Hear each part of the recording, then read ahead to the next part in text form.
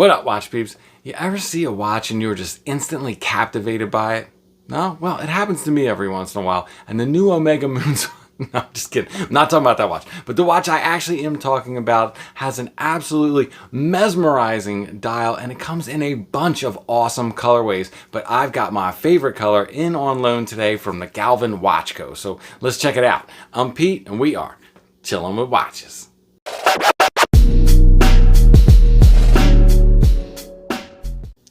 Wrist check. We're in the Seiko Solar again. I love the color, love the size. I know I said that a million times. I sound like a broken record, but more importantly, it is such an easy grab and go. So I'm actually gonna, I know normally I take these things and just toss them to the side, but I'm actually gonna open this one up today, and well, because in this case, it matters. Inside you do have your warranty card, but what I wanted to show you was, you get this polishing cloth, and I wanted to show you it has this kind of aurora borealis pattern on it, and that is in this situation the influence for this entire whole collection. So I kind of wanted to set the stage with that.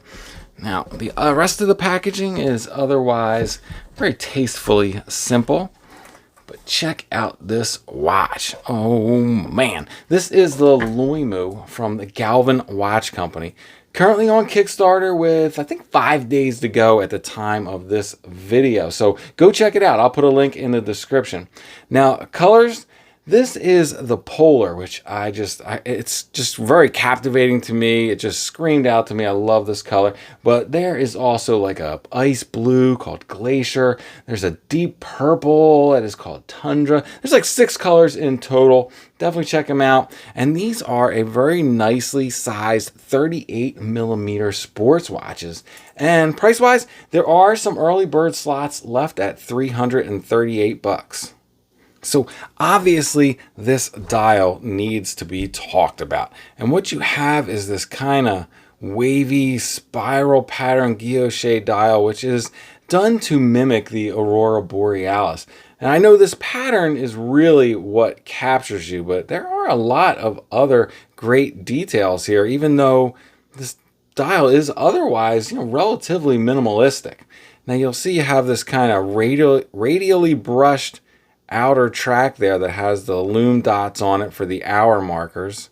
Just gives you a little bit of contrasting texture that I think looks awesome. And then you'll have this kind of really nicely detailed chapter ring with the minute track on the outside. It's real nice and steep. I just think it kind of adds some depth and looks really cool. Now, they have a very tastefully simple logo here at 12 o'clock, and that is the only dial text, if you even want to call that dial text, on the whole thing. So I think it really keeps it nice and clean and draws attention to this crazy pattern and all the other details. Really nice framed date window over there at 3 o'clock.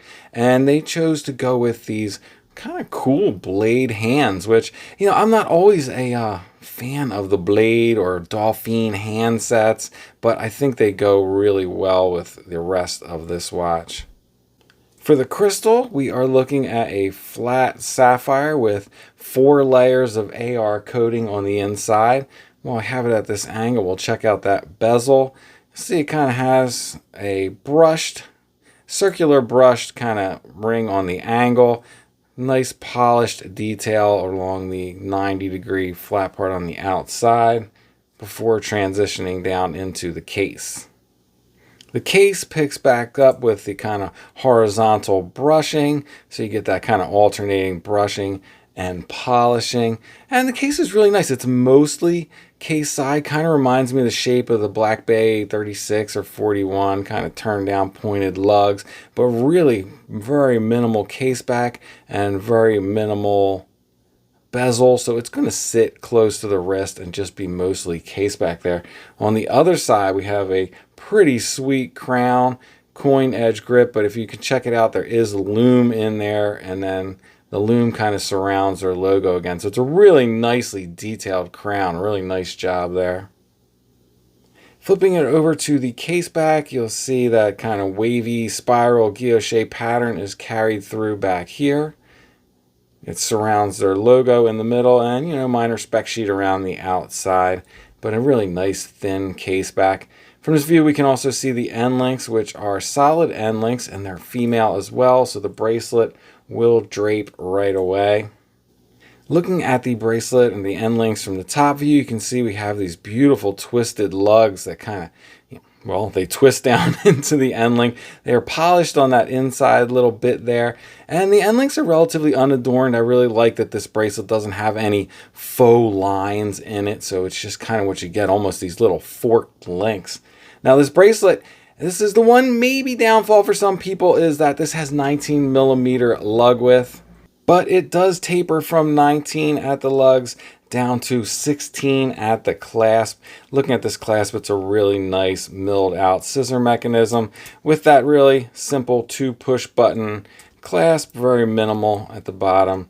Again, their signed logo on a brush clasp. I think it's a really tasteful, simple bracelet. At 19 millimeters, not a deal breaker for me because I don't see myself wearing this on anything other than this awesome bracelet.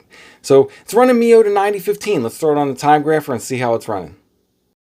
This one's running at a very nice plus 6 seconds a day. I will take that every day, all week long. It has an amplitude of 260. I think I only wound it like 12 or 15 turns. It's definitely not fully wound. I would definitely assume that would go higher. Really small beater, nothing I'm worried about there. All in all, running really nice. Going over the dimensions, we are looking at a 38 millimeter case that comes in at 45.2 millimeters on the lug to lug. Now these tall case sides are going to trick your mind into thinking this one's thicker than it is, but it comes in at a very thin 11.3 millimeters thick, and it has a 19 millimeter lug width. Going over some of the other specs, we have a flat sapphire crystal with inner AR coating. It uses what I think is just standard C1 Luminova, glows green. It's running the Miota 9015. And has 100 meters of water resistance. On this bracelet, the OEM bracelet size for my 7 1/4 inch wrist, it comes in at 122 grams. Very wearable. All right, let's take a look at it on wrist. I say it all the time, 38 millimeters is what I feel is probably the sweet spot for me in this style of watch. I have a 7 1/4 inch wrist. Here you can see how that no case back makes it wear really nice and close to the wrist. Really nice minimal bracelet that's very comfortable to wear. All right, let's take a look at it side by side, some other watches.